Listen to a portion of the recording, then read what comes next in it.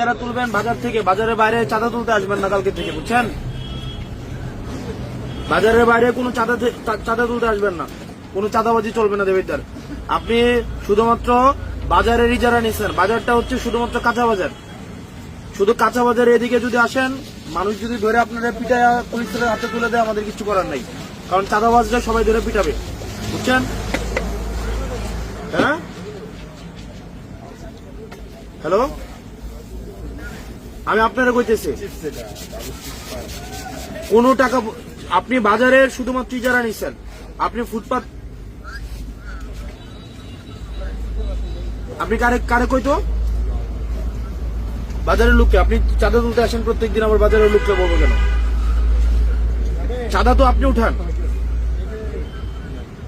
হ্যাঁ? আপনারা বলে আপনি চাঁদা উঠাইতে আসেন না, আপনারা কে বলে? আপনারে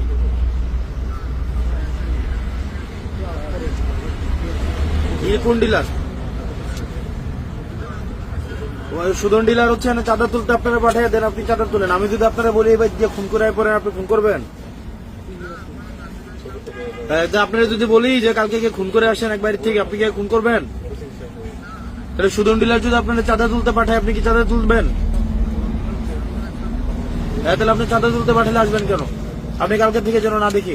আর এখানে দোকানদার আপনারা যারা আছেন, কালকে যদি চাঁদার জন্য আসে বাইন্দা রাখবেন, যে চাঁদা তুলতে আসবে বাইন্দা, এই জসিম নিয়ে নাম ওনারা বাইন্দা রাখবেন, বাইন্দা পুলিশ খবর দেবেন, বুঝছেন?